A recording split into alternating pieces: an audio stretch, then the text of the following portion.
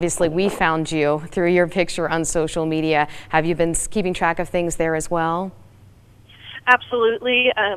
When I got home, it was like my phone was going off the hook, and my friends were telling me that I was on news and stuff like that. I'm really just glad to kind of get the word out there before there were any false accusations. I wanted people to know that we were mostly okay. Well, we are not releasing any names right now of either the victims or the suspected shooter in this case, but did you know any of the people involved? I did. I know the deceased person. And is there anything you can tell us about him? I don't know if you have been hearing our reporting. We've just recently learned in the past few minutes that that student who was shot and killed confronted the suspected shooter after the first gun jammed and then was shot and killed himself. Many people, of course, calling him a true hero today. What are your thoughts on that? I did not know that he had confronted the student. I thought it was actually targeted at him because allegedly a falling out between him and the shooter. But if he did confront him, that is extremely brave. Somebody that I will honor as a friend and a person, and in their whole life. I'm sure it is tragic. I can't. And did you know any of the other 3 students who were shot and are in the hospital now? Not very well, no. Okay. And then had you heard that perhaps a school staff member, perhaps even a custodian or janitor, was able to finally get the suspected shooter under control? I found that out very recently. These things, I'm sure they have hopefully been nearly confirmed now, but again, should be honored and hopefully will be whenever we hold a memorial for this student. Well, thank you, Christina, for talking with us. Before we let you go, just one last thought. It sounds like this is a very tight-knit community and a tight-knit school. You already are trying to come together. Is there anything you'd like to share with the folks who may be listening in right now about the spirit of Freeman? Of course, the hashtag Freeman Strong is now trending on social media. Is there anything you'd like to say about your school district and how you think you'll come together from here? Freeman is an amazing little family. Such a small school, we could have never seen this coming, but I know we'll only get stronger, and we've all learned a lesson to be polite, reach to people who seem like they might need help, and hopefully this will never happen again to our district, and hopefully it'll stop happening around the nation and around the world. Christina, gosh, for a junior in high school, such a well-spoken young lady. Thank you so much for talking with us, especially in light of a tragic situation that happened that you were witness to this morning. We appreciate it.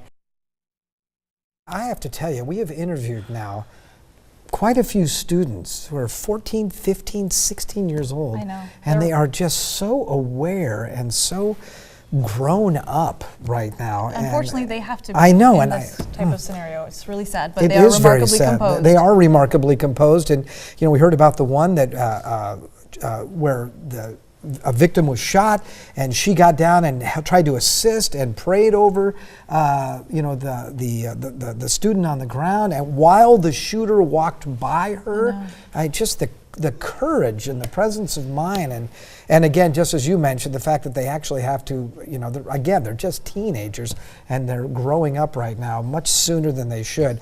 Counselors are going to be, obviously school is closed for the rest of the week. Counselors are now being set up so that the students can address these concerns, and staff members as well can, have someone to talk to. Of course, we've got the 3 that are now recovering at Sacred Heart Hospital. There is going to be KREM is hosting a Freeman Strong candlelight vigil for folks that just want to come together. That's at 7 o'clock tonight. It'll be in the atrium at River Park Square. Again, that's all happening tonight at 7 o'clock. Yes, and also right now, our Ryan Sims, he's been covering the hospital side of what's been happening in those 3 students that we know were injured. We know that 2 of them we've been told are in stable condition. Another right now prepping for surgery for more serious injuries. All 3 are expected to physically recover from this. Obviously, a long road to emotional healing after what happened today. But Ryan Sims is there outside of Sacred Heart as he continues our coverage from that angle. Ryan?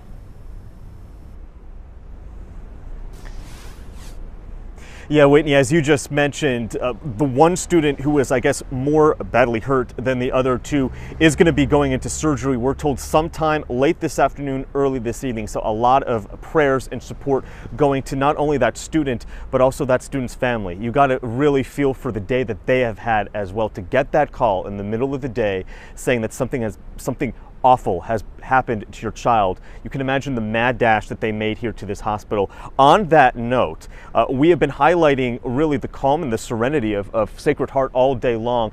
Medical professionals here tell me that they have long prepared for this type of scenario. They have training drills on this. So even at the height of really the trauma behind this whole thing, they had people earlier today directing traffic. They had security guards outside, making sure that this whole thing was a streamlined process. The reasoning for that, we're told, is to make this whole thing a lot easier for the family. Again, these are people that have gone through the absolute unthinkable that no parent should go through. And so by having them arrive here at the hospital, we are told that they were able to simply go in without any kind of hardship. They parked along the street, headed in there, and that there was a big effort, a vast effort, to try to accommodate them at this awful time. For more on what the hospital is saying about their preparedness, here's what one of the doctors said earlier today with regard to how they handled the families. And one thing that's very important in this is it's frightening. I think that is a point that anyone can understand. And just like when these young people come in, we try and get mom and dad in there with them. They want to see mom and dad, they don't want to see us. I think it's important also for every family really across the country at this point. When you look at a school shooting, it is time to spend time with your children, to bring them close, extend that love and care and support, and say that if this happens at close to home,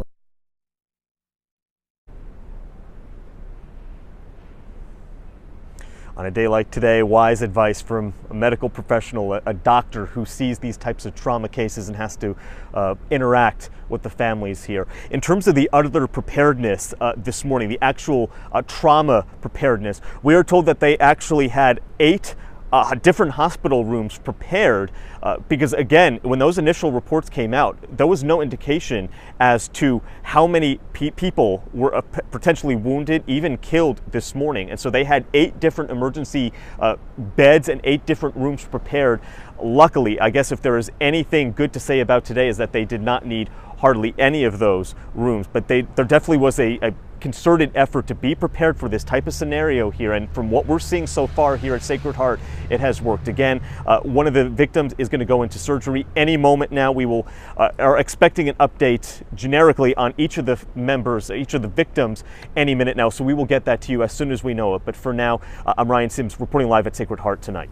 Thank you, Ryan. And again, this could have been much worse because we know that the first weapon that the shooter was trying to use, we think it was a rifle, jammed. And that's when he had to go to a pistol. Maybe it was a revolver, only 5, maybe 6 shots in it. We know that he'd fired a couple of times into the ceiling. And we know that he shot 4 people, killing one of them. And so if he had been able to access that first weapon, that would have given him more ammunition to use, more bullets to fire, and they may have needed to use more of the hospital resources than they actually had to do. So, we talk about the schools doing these drills all the time, but the hospitals do these drills all the time. And next time we're ever inconvenienced during one of these drills going on, we're going to keep something like this in mind. Absolutely. And of course, now as they move from the kind of initial shock of what happened, now we need to all be moving into how we can support these kids, these staff members, these first responders, as so many people are going to be involved and will have some level of trauma, whether they were, witnesses to the actual horror or not. And also trying to just embrace the entire community to show the entire Freeman community that this greater inland Northwest area really does want to be there and wrap their arms around this community and be there for whatever it is that they need. We have been telling you all along that KREM 2 is getting ready to host this candlelight vigil at River Park Square. Our own Laura Papetti, of course, is one of the great spearheads of these types of efforts to make sure that we fill that gap. She is here joining us now about why this type of response is so critical and why we wanted to be involved in it. Laura? Well, that's exactly it. We wanted to be involved in response, but what do? We are used to responding when there's a wildfire or a hurricane. We work with agencies, we can raise money or we can send items. And then something like this happens and you feel overwhelmingly helpless. And that's what so many of our friends, our viewers out there are saying, what can we do? I went to a school today in Spokane Public School District to pick up my daughter, just briefly hug her before I came back into work. And one of the teachers said, we want to do something as a school. What can we do from one school to another? And so we'll be working on that as the days go by and we find out what is needed by that community or what it is that we might be able to do. But we wanted to have an outpouring of support tonight and a show of strength and a show of solitude and prayer, whatever it might be that you wanted to show the Freeman community. So we are hosting a Freeman Strong Candlelight Vigil, and that is tonight, as you've been telling folks about, 7 o'clock, River Park Square Atrium. I have to tell you, I called River Park Square this afternoon and said, is there something we might be able to do? And here's what I'm thinking. And they said to me, we've been talking about it and wondering what we can do here. And so they are providing the space. We called Life Center. It's a church that we often team up with on events like Tom's Turkey Drive. So we called them and they have their folks tonight working especially with the youth in their congregation, trying to walk them through what happened today. And so they've made some arrangements to have a pastor from Mosaic to come in and say a prayer in opening remarks at the vigil tonight. So again, it is just a way for all of us to come together and give our thoughts and send out our good heartfelt wishes to the family that are dealing with this in the Freeman community. So we hope to see you tonight again. We are not asking for anything. This is an opportunity. There's nothing to take donations for. There's nothing we want you to bring or to leave other than to come and light a candle with Freeman in our hearts and our minds. So hope to see you there again, 7 o'clock tonight at River Park Square, where we will be providing candles for folks to light to think about the folks in Freeman right now and the trauma that they're all dealing with, especially those students and teachers and people that were at the scene today that are going to need a long time to heal. And this is just one step in that very long process to do just that. So guys, again, I'll be heading down to River Park Square fairly soon, and I will see folks there if they are able to make it. Back to you. Thank you, Laura. And again, I think that's probably the place to go. A lot of these students want to run to the hospital and to be able to show their support for the students recovering there. It's probably the last place they should be going because they're busy up at Sacred Heart Hospital, but a great way to show your support would be going down to River Park Square for this candlelight vigil, again, that starts at 7 o'clock tonight. So I think that would probably be the best for both case scenarios. And we're told that one of the students that is at Sacred Heart right now is going to have a second surgery. Ryan Sims said that'll be coming up in a couple of hours. And the other, but all of them are expected to recover from what we have been told. So you would like to think that the two that are not having a second surgery may be able to watch some of the coverage tonight and see their fellow classmates maybe down at this candlelight vigil and get the thoughts, that way from them. Right. Very, very powerful stuff, of course. And along the same lines as this vigil, everyone else is kind of wondering, how do we help? Laura was kind of alluding to that. It's hard to know what these kids will need.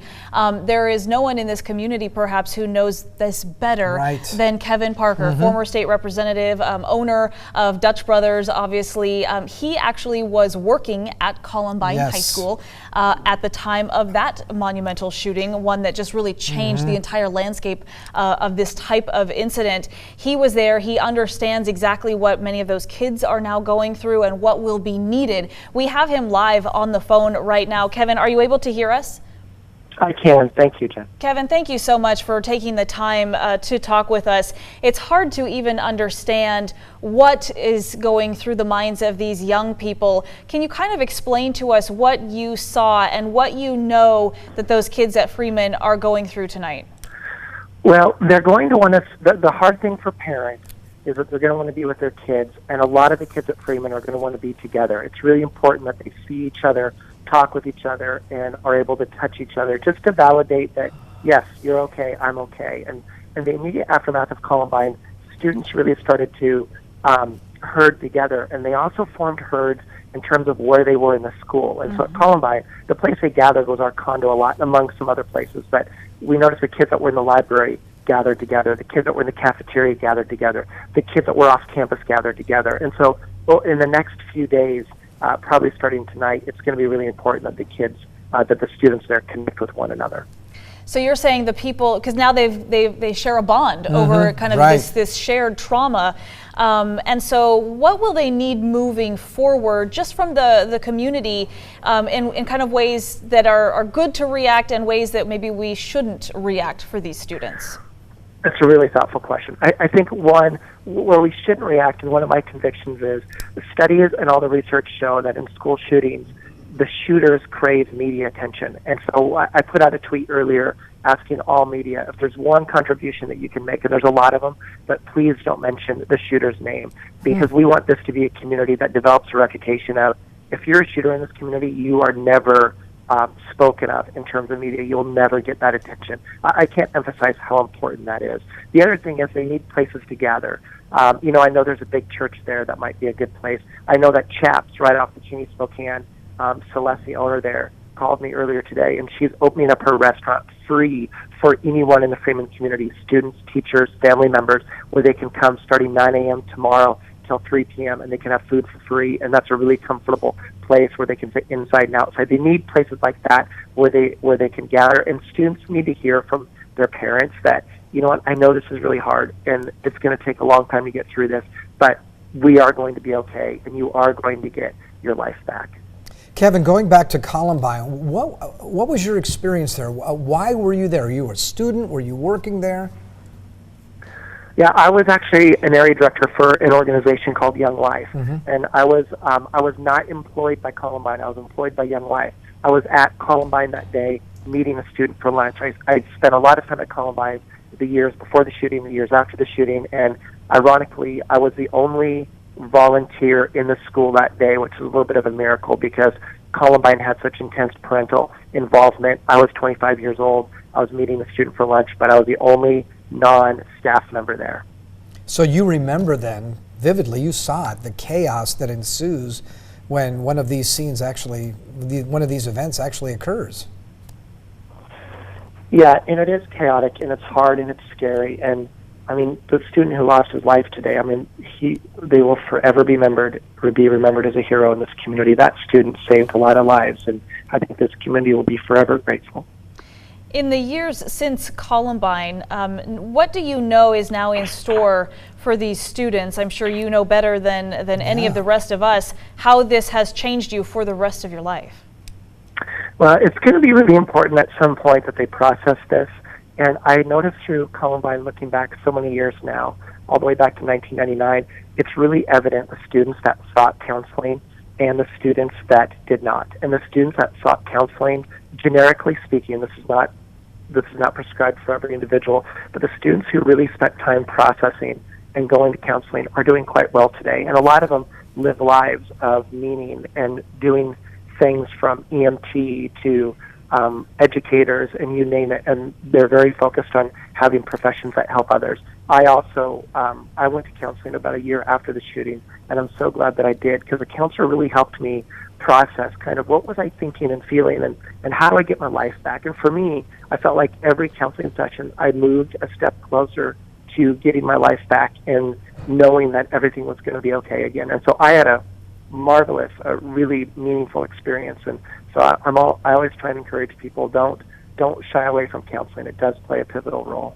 And how important is it, do you think, I mean, that we all need to remember that it's not just those kind of in the immediate aftermath, the immediate witnesses, but all of the students who heard those gunshots, who felt the fear of their life potentially being in danger, and having to run away from those gunshots, those students will be impacted as well, right? Yes. Not only them, brothers and sisters.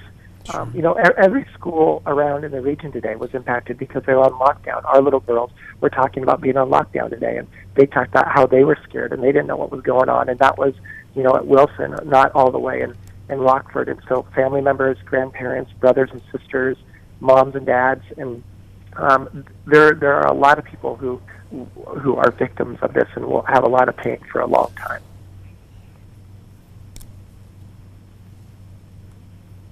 Kevin, I wasn't able to hear you there for a second there, but Kevin, I did want to ask you, when it comes to, you had mentioned kind of that bond that you share with the people that you were evacuated with. Are those people that you still keep in touch with sometimes? Yeah, as a matter of fact, last weekend an old Columbine student was visiting me, and so there are a group of us. I was just talking by way of text with Frank DeAngelis, the former principal of Columbine today, who's been a dear friend to me and has provided me so much insight over the years.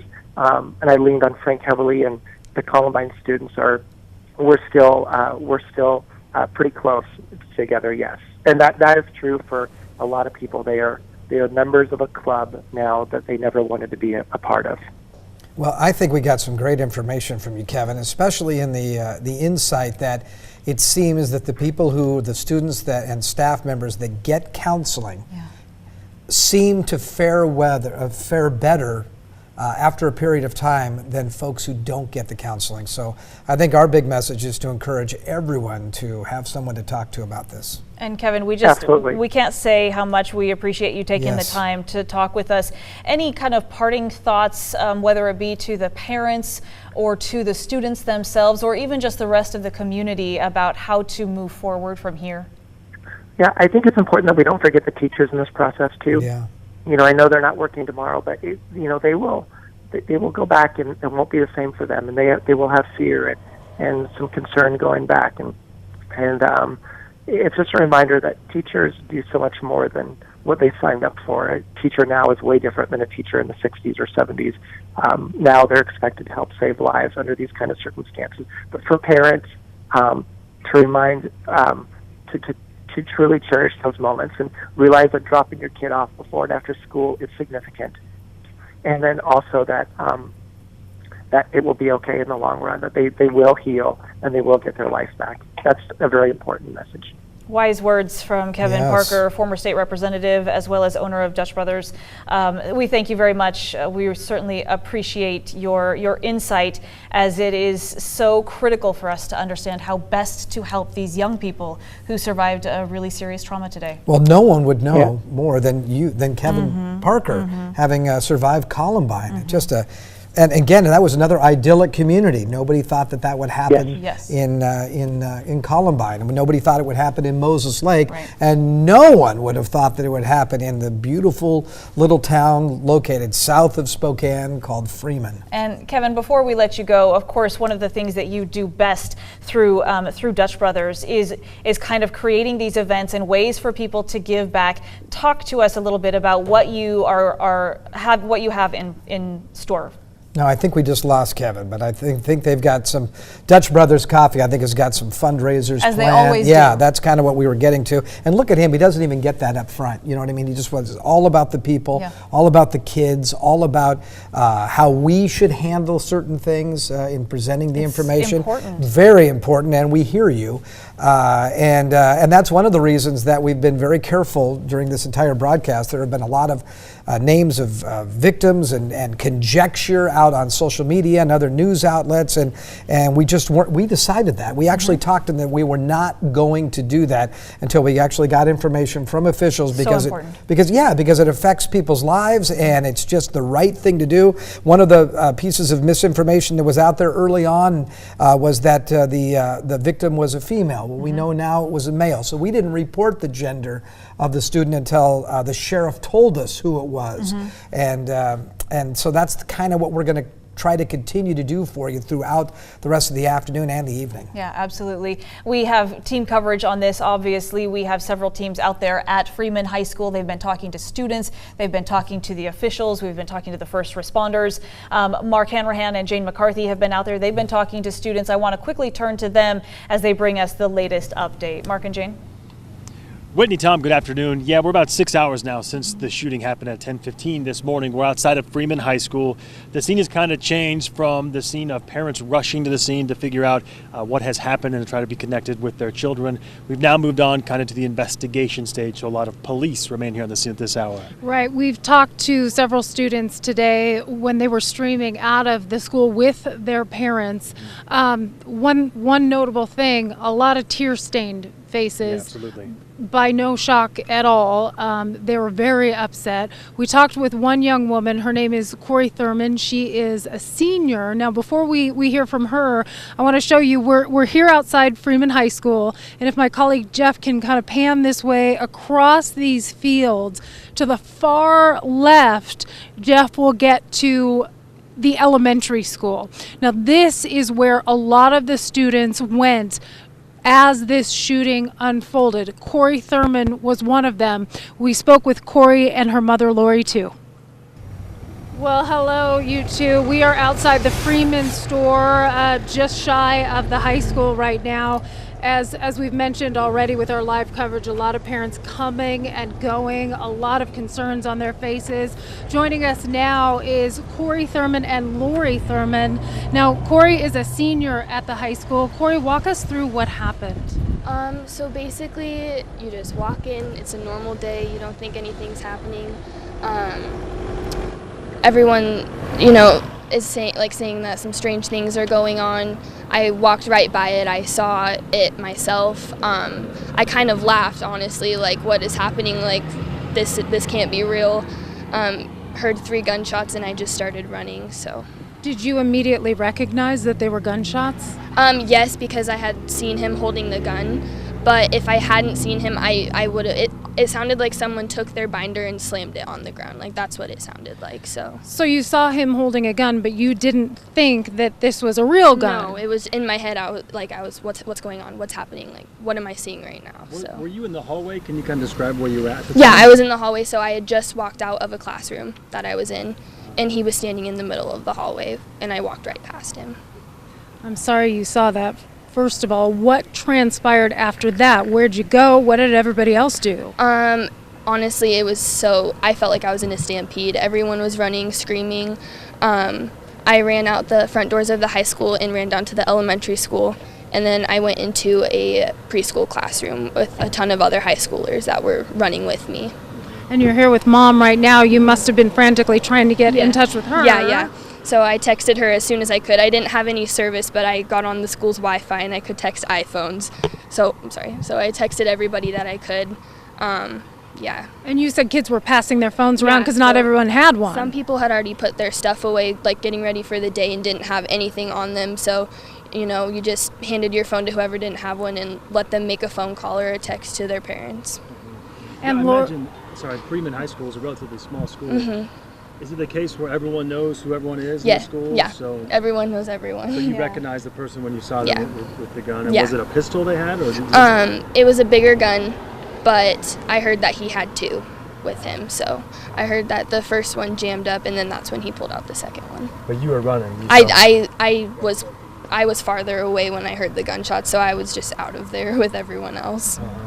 Lori, how did things unfold from your perspective? Well, from my end, I actually didn't have my cell phone on me, so my manager pulled me out of an exam room, calmly pulled me into another room where I could grab my cell phone and make contact. I had already gotten a text message from her, but I couldn't get a hold of my sister or my niece, who's a freshman here, so that's when I heard that the cell phones were going around or that there was an iPhone issue.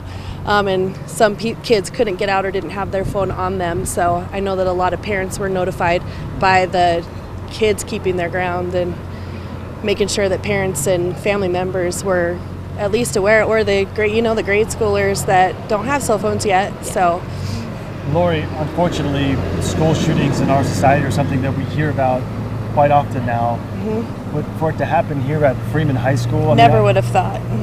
Never. Never would have thought. Is it something that you guys had drilled for? Oh, we had a lockdown and fire drill practice yesterday. Okay. So, yeah, obviously we knew it wasn't a drill. I knew it wasn't a drill because I had seen it, but some people were like, why are we having another lockdown drill? Like, you know what I mean? Because it's Freeman. That would never happen. Mm-hmm. So you had to sign Corey out of school. We're telling parents that they can pick up their kids. Tell me how that process worked. The process went really smoothly. They took about 10 parents at a time, so it remained calm, and then they would only they had one master sheet, so they made sure that every student that was being signed out was signed out on a master sheet so they could make a head count for all those kids. So it was a lengthy process to see her, but I knew she was okay, and I appreciate everybody doing what they needed to do to make everybody else safe. So. We're also told that law enforcement, as they release the kids, have to talk to each student. Did you go through that process? yes, I did. I was a witness, so I had to be interviewed. So I got interviewed, found her, stood in line, and then as I was walking out, they were like, "Did you get interviewed?" The law enforcement was asking, "Did you get interviewed? Are you a student?" So they were making sure that everyone that needed to be talked to was talked to. Triple checkpoint. It was pretty smooth. 10:15 or so it occurred. Was that a passing period in the hall? 10:15 is actually the first bell of the day because we had a late start today. So 10:15 was when first period was supposed to start. Gotcha. So everyone was still, arriving at school, putting their stuff away, like the day hadn't even started yet. Was it near the front door, or maybe like a breezeway or a gathering spot for students? It was in the hallway where a lot of the lockers are. So there was a ton of people right where it occurred. It was right by the stairway, so. Do you recall the shooter saying anything prior to firing a shot? No, when I walked past him, he was just standing there with no expression, didn't say anything, so. I'm so sorry you had to go through that. Thank you. There's a lot of healing that has to start now. What do you do about tomorrow and the day after that? As a mom, I do what she needs me to do. I stay with her if she needs me to. I let her gather with friends if she needs me to, or I go with her even though she's almost 18. So as a mom, I do whatever she needs me to for her to do. I've had a couple friends text me saying, "Hey, we're having a get together tonight. If anybody needs to talk, just come over and we'll just talk it out if you need to, let anything out." So that's really nice to see everybody coming together like that. You saw something that no one should ever have to see, and we're sorry that you went through that. We thank you for taking your time to chat with us now. Thank you. And Corey there did talk about the fact that she and her friends were starting to reach out to each other because they wanted to talk about it. And that's something that Kevin Parker was just talking about on our air. I've talked with him at great length after the Columbine shooting, and he said immediately after the shooting, he and his wife hosted a bunch of students. They all kind of just slept on the floor in his living room because they wanted to be together. Nobody really understands unless they were there. Yeah, unless they went through it as well. When we first pulled up to the scene earlier today, it was kind of remarkable. The long line of cars parked along Highway 27 from parents just rushing to the scene as fast as they could to come up to try to be reunited with their students. That's a scene that, you can't even imagine going through that unless you're in those parents' shoes. Also wanted to point out, Jen and I interviewed Sheriff Ozzie Knezevich, Spokane County Sheriff, earlier today as well. I don't think I've ever seen him as shaken as he was today. He unfortunately had that extremely difficult job of notifying victims their children had been involved in the shooting. And also, we asked Ozzie what's next for the school, and of course it's a crime scene. There's crime tape right here, Freeman High School right behind us, and the sheriff said that probably through the weekend it will remain a crime scene with investigators throughout the school. Still a lot of investigating to be done here at Freeman High School. We will stay here at the scene, but for now, Whitney and Tom will send it back to you. All right, thank you very much. We, of course, are continuing to track this from lots of different angles. We do know that there is now a response from the Freeman School District about what has happened. Obviously, they have been completely preoccupied with what needed to be done and dealt with in the immediate aftermath of what happened. But Brittany Bailey has been tracking that angle of what has been happening, and she's here live now with us with more from the school district. Brittany? Hearing from the school district via email, just letting parents immediately know what to do and where to go. Now we're seeing a Facebook post, and if we can pull it up full screen there so we can show it to you. It says, "Dear Freeman parents, Freeman hearts are broken in Freeman. It is a very sad day for our Freeman family. Thank you students, staff, and parents for your patience and calm response. all Freeman schools and after-school activities will be canceled for Thursday. School is canceled in the entire district tomorrow. Grief counselors will be on site in our elementary building to provide support services, and we will keep you posted about Friday. Please continue to check our website and Facebook for updates. So again, that may be a little bit different from what we were hearing earlier. I believe in many cases we were hearing that school may be canceled through the end of the week. This post that was posted just a couple of hours ago says, wait to hear about Friday. Of course, it would be no surprise if school was canceled throughout the district on Friday. But again, also the school district asking that you please stay updated with that Facebook page. So again, it's Freeman Schools District 358. If you want to go ahead and find that on Facebook and then like that page so you can continue to follow that for updates. Meanwhile, sticking with social media, we are seeing an outpouring of response from the community and far beyond because of the shooting that happened this morning. The hashtag Freeman Strong and Freeman HS is trending right now, and that's the way that people are staying in touch, following what's happening, also sharing their thoughts and prayers. As this person says, Janet says, our children need love, not hate. This person says, we are saddened by today's violence. This is from the Coeur d'Alene School District, as you see there. That's another thing that we are seeing on social media today. Many of the area's school districts are coming together and offering support and prayers to the Freeman district. Obviously, students and parents throughout our community are affected by this and are feeling these effects, wanting to go home and talk to their own children tonight, regardless of whether they were students in that school district. So again, Freeman Strong, as you say, trending there. If you would like to use that hashtag to share your thoughts and support, you can do so on social media. We'll send it back to Whitney and Tom. Brittany, thank you very much. We are continuing to get more and more information as you know these students, they have now finished their interviews with police. They are moving on their way towards home. They're trying to process what has happened. We have a candlelight vigil that is set up for tonight. We want to let people know about that coming up tonight at 7 o'clock. 7 o'clock. It's taking place in the atrium of River Park Square.